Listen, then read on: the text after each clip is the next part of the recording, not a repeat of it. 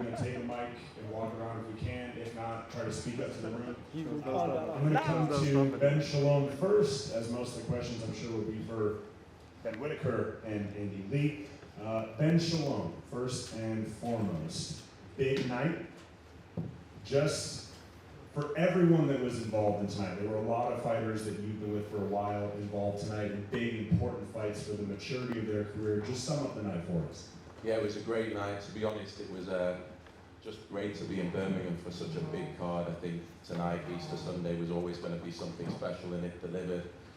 Great to see Tyler Denny back, which was special. But shout out to Fraser Clark, because what he went through on October the 12th and what he's had to deal with since, he's come back this quickly and just done that, and you saw the demon sort of leave him after that knockout, which was a great performance. And then Sam Egginson, but then the big man Ben Whittaker, who has had to put up with all kinds of shit, and the way he came in, the way he didn't let it go to his head, his heart. It was inspiring, I think, for anyone associated with him to see what he's gone through and to see a performance like that under the highest of pressure. And he just showed his levels, and we've always said he's a superstar. He is a superstar. He's the next superstar in British boxing, whether people like it or not. And yeah, very, very proud of him. Unbelievable night, and thank you to the media, thank you to the fans that were here tonight to witness what I believe will be a very, very memorable moment in one of the standout careers of this generation. It was very special. Ben, when you have someone that is rising this quickly, building a profile this quickly, his 9th fight sold out, this arena here in Birmingham, I'm curious, we're all curious what the viewership numbers are going to be on Sky, obviously huge on Easter Sunday, but when you have someone like that, is it difficult to pace him? Because everyone's saying, throw him in here, we need to see him here. Yeah, look, people, when all the top athletes in every walk of life, people want to drag them down, particularly in boxing.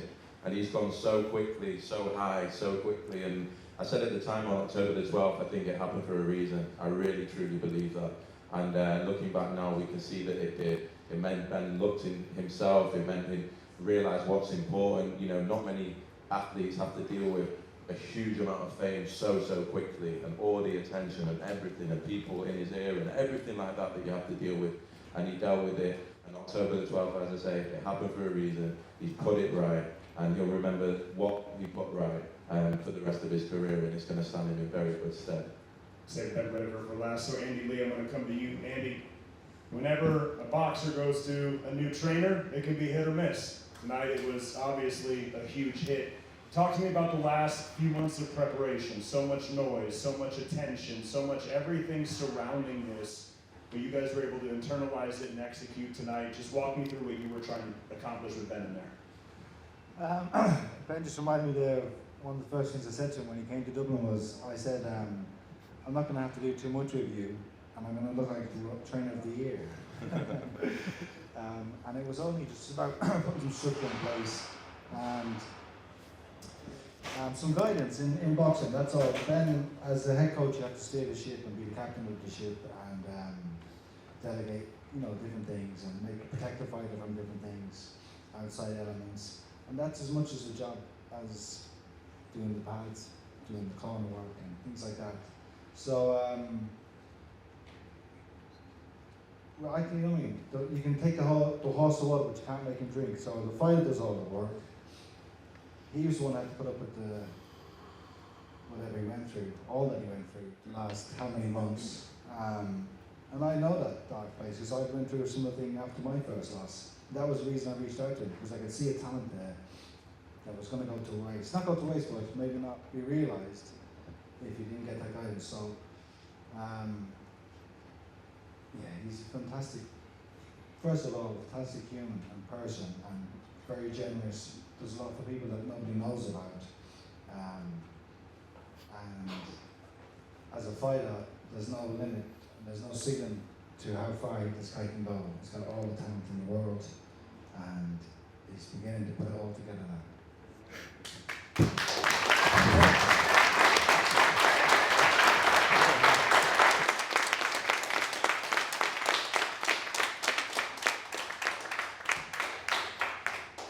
Ben, you need a moment? We'll come to you. been someone of your profile that's grown this quickly. You've dealt with a lot outside of just the boxing. Attention, media, memes, internet, social media, and you internalized it all. You went to Coach Andy Lee, you separated yourself from it all. Just for all of us here, how are you doing now, and how does tonight feel? Truthfully, nothing's changed, if I'm honest. I knew I should be doing that to people like Liam Cameron, no disrespect. But it was the 6 months out, you know, little things.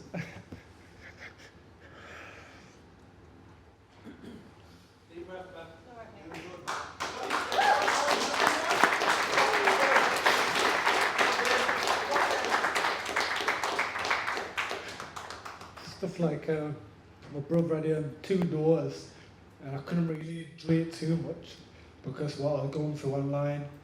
And it didn't really bother me, but it was like even close friends, people that are classed as family, left me. They had a lot to say about me. But it was a great time to really just go back to the old Ben Whittaker, you know. Before the Olympics, I locked in, I trained hard, and I dedicated to the sport. My life was moving, 100 miles an hour. Like I said, I come from a humble household where not a lot of stuff really was given to us. So to be in the position of everything coming at me at free will, it was amazing, it was good. But that 6 months out really humbled me, got me closer to God. And the people around me, the small people I had around me was just what I needed. I went to the gym daily, took away the cameras, took away the social media, and just got back to the old Ben. I want to thank my church as well, Living Hope, because I went through that door very quiet, you know, just kept myself to myself, and they just brought something out of me. They brought the old Ben out, and it's an amazing feeling. And then I got a text from Andy Lee. Like I said, a lot of people, they was laughing and smiling behind my back, but he came to me honest and said, come to Ireland, and I truly believe we can get the old Ben Whittaker back. I went out there, we spoke honest to each other, we trained hard, and after a couple of days, they went, you're going to knock him out. And I went, oh, shut up, Andy, blah, trust me, you will. And I just believed in him, he believed in me, and I went out there and did what I was supposed to do in Saudi. I was supposed to do that, so it's not really nothing too big to me. And glory to God. Amen.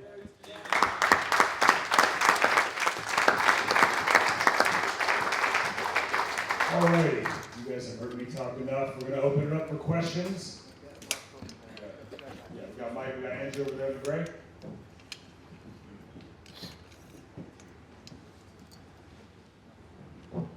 Hi Ben, do you remember October 12th, the first day of Cameron fight, and I noticed you had Psalm 118:6 on your neck. The Lord is with me, I will not be afraid. What can mere mortals do to me? Yeah. You've got Jesus is King on your robe, Yeah. the gospel choir, Yeah. gave all praise to God there. How much of your faith led you to this victory tonight? Like I said, like my lifestyle was moving 100 miles an hour, so I would always ask God, oh, please can I win, but it wasn't really from my heart, it wasn't really from my soul.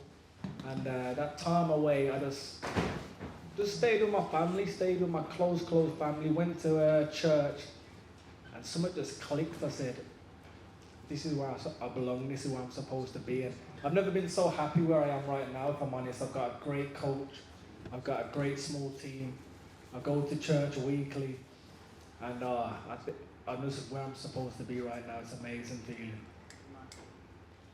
Well, definitely the perfect way to silence all the doubters and the haters and all the critics. I guess 2-part question. The last 6 months obviously have been really tough. Yeah. How have you really been able to sort of tune a lot of that out? I mean, the social media is vastly very hard to kind of, get away from it a lot of the time. How did you deal with that? But then also in the ring, what did you see in Cameron that allowed you to set up that shot? Well, firstly, most of them won't say it to my face. You know what I mean? I know a lot of people probably said things about me even in this room, but they won't say it to my face, and that's the thing. But that 6 months, I needed it, honestly. I needed it and I liked it. I was able to just, like I said, I went to the gym daily. I was just training on my own. I was going to the Wrekin when it was snowing, running up there on my own, and I thought, it's going to be great when I'm back. It's going to be great when I'm back. And that's all I kept telling myself. When I'm back, it will be a great night. And I'm back, baby. As you talk sports, Ben, you've been hounded by pundits, by fans, you've been labelled a quitter, that you can't punch, even to the point of being booed into the ring. What did it kind of mean, not only to get the message across, but it's emphatic style? What's the most overriding emotion you're feeling at the moment? Yeah, if you saw the build-up, I didn't really need to talk. I knew this would happen. I should have done that too in Saudi, but I did a lot of things wrong. If you saw the gloves are off, I said I did a lot of things wrong. And I won't tell you what it is, but I just wasn't doing the right things I should have been doing. And the performance showed it. But I'd rather that happened then, later on in my career. Me and Andy, we had a great camp. I got to shout out my sparring partners, Steve, and I can't say the Irish name. What is it? Cole. Who? Caffey. Cahill. That's Cahill Crowley. Cahill. I'm still learning my Irish, but there's a lot more people too. But they was my main sparring partners, and Steve, he's fought for a world title himself, and he said, "Trust me, baby. You got the skills, that's baby. it. Skills pay the bills, baby." And I just knew, we just knew what we would do to him, and it wasn't a surprise to me. Tell him again. But it wasn't a surprise to me what I would do. It's just the raw emotion after. I was like, come on, I'm gonna go and eat Five Guys now, and that was it. But the shot was a peach. Gunman boxing, some people were saying that it was a premature stoppage, but to me it looked like his eyes were rolling like a Las Vegas slot machine in there. How did you feel about it? Did you feel it was a little bit premature, the stoppage? Yeah, I just think a fighter knows when he was in front of me, I was hurting him. I was hitting him in the right spots. And if the ref didn't jump in, I was going to keep hitting him till he dropped. His legs went, his knees buckled. And at the end of the day, we speak to each other, we hugged. I said, firstly, I'm happy for what's happened in his career because he's been able to change his life. But he said, I've never been hit like that, it's a fair play. And I said, thank you very much. But I knew it would happen, and that was it. Bless up. Thank you. Andy, just one from me. In terms of reaching out to Ben and how things have gone this camp, when did you reach out to him? When did you put that trust? Fairly soon, not long after the fight. Because I knew that was going to come his way and how people were talking about him. I knew that wasn't. The fight was a fair reflection of him as a fighter. And with a little bit of, as I said, with a little bit of guidance, he did what he did tonight, and he's going to do a lot more. So he's like he said himself. I think what happened in October had to happen for him to get to where he is today. And he's got put in place a great team of people, all that surround him. And he's going to go from strength to strength. It's only going to go from strength to strength.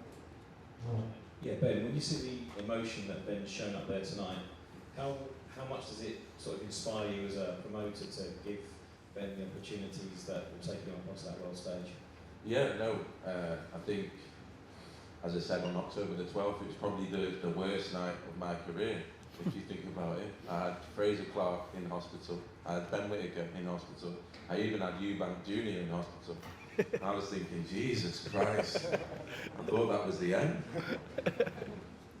But anyway, we've been, it's been a hard 6 months for everyone. Fraser went through a lot, Ben went through a hell of a lot. And so to see them, forget being their promoter, forget business, forget anything, to see what they had to go through, and everyone can say online, and they sometimes don't treat them like human beings, it's almost like they're figures just from a different space, and they can say whatever they want, and it's disgusting some of the stuff that's said.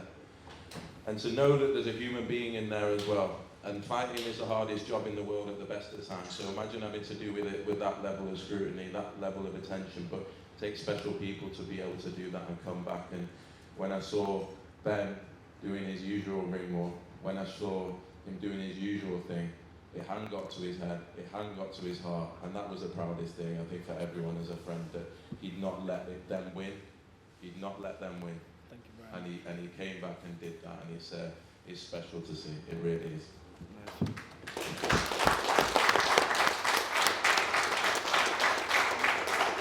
This one's for you. Firstly, I'm an amateur coach, so I teach young lads, I teach young women, and I think I just want to say thank you for sharing emotion. I think young men need to see healthy masculinity, they need to see men cry, they need to know as young athletes that it's okay to feel when win, lose, whatever happens. So thank you for doing that and being so honest. It's really, really powerful. My question is around that really, you know, you are a man of faith, so you believe that God is leading you down a path that is destined. Yeah. Do you feel like everything that's happened has actually been exactly what was supposed to happen to make you feel very clear about the, you know, because I think sometimes when things goes up, they can come down very fast. So has it helped you kind of restudy the ship? You hit the nail on the head with that one. That was a very good one. Yeah, I think I've said it in the ring, I've said it backstage. I just think what happened in Saudi needed to happen, and it was going to happen. I put a couple statuses up, subliminally. It's already written, and I think my career is already written. That was supposed to happen to open up a bigger door for me. And I don't want to sit up here crying and getting emotional, but I'm a human. And it's good to show your emotions. I've got a great family, but I wouldn't cry in front of them like that. I've got a great brother, but I wouldn't really cry in front of him like that. I've got a great girlfriend and a coach and friends, but I wouldn't cry in front of them like that. But maybe Jesus wanted me to cry in front of all you lot. But yeah, I'm just very thankful. Like I said, I'm not getting too big for my boots and thinking that was the best and being end all, because at the end of the day I was supposed to do that. So for me it's, yeah, it was a nice night, but I'm going to go back, chill out, eat, and get back to it with Andy, because at the end of the day the job's not finished. Alright, we got corner over here, 13. Ben, Yes. Hey, I just want to, sorry, these guys, 13, very nice guys. The other day at the, was it the media? yeah, They took me aside and said, can we pray for you? And I thought, you know what, they didn't need to do that. They took the time, they prayed for me, they actually asked how I was. And I won't forget that. I thank you, man. Thank you very much. Ben, first of all, I want to say I'm proud of you as a man. Yeah. Before a boxer. Only you know what it's like to walk in them shoes, to go from, as you put it, 30,000 to 3 million. The Bible says, no weapon formed against you shall prosper. It doesn't say a weapon shall not be formed. It just says you shall not prosper. Yeah. It didn't prosper. Leading on to my question about the jab tonight, I saw two nice smooth jabs. I saw a power jab and I saw a touch jab. You know, baby. Yeah. Now explain that to us, because I haven't seen that in your game before. I can't give it all away. But, but the mastermind beside me just brought it out. And not only that, my dad's very behind the scenes, but he's a great asset to my boxing. If it wasn't for him, I wouldn't be where I am now. He told me, you'll beat this guy and you jab alone. You've been boxing kids like this since you were 7. And that's all he installed into me. He's like, come on, man. Saudi shouldn't have happened. Go out there and be you, and you'll beat him up. And that's what I did. So I thank them two men there. But the jab was beautiful. As soon as I saw the blood trickling down, I said, yeah, we've got it. And that was it. Thank you very much as well. We got a last question. Ed, do we have the mic? Also, the blood grew my nice boots as well, so I was a bit angry. That is. Just a final one. Will you be doing the majority of your camps in Ireland now to get away from all the distractions and noise of England? Yeah, I've got the traveller pass now. I'm part of the community, so I'm out there. I love it out there. I was very fortunate, you know, Andy, he allowed me to see his family, see his lovely wife, see his kids, and it was the move I needed. I've got a great gym at home, I've got everything there, but it was just too comfortable. I'm at Ballybrat now. I'm a Ballybrat boy. I'm out there nice and comfortable, and it's just home from home. It's not too far. There's no distractions. Nobody really knows me, so I don't have to get a haircut and things like that. I can walk around like a grizzly bear, but it was amazing. I really like Ireland, and I can't wait to go back. All right, everyone, we're going to wrap up. Benny's got some podcast. That's it. I just want to thank all my team. I want to thank Andy. I might forget someone, so I'm sorry, but I want to thank Andy, Cutman, Tommy. I want to thank John Pegg as well for jumping in. My brother Jamie Whittaker, my strength and conditioning coach. Will, my manager. My dad, Tony Wilson. Liam Burton, he did a lot for me in the camp. very good friend of mine. Who else? There's someone. Scott, my nutritionist. My girlfriend, Heather McCall. My dad, Anthony Wilson. Jack, he looked after me too. Who else? Moet, the man with the plan. He goes through my contracts, he don't mess up. Ben Shalom, and all my sparring partners and things like that. And like I said, the church, they did a great job with me. And it's only up from here, we don't slow down. And I said I was going to say this, but here we go. Everybody that picked that side, stay on that side. It's the certain time, baby.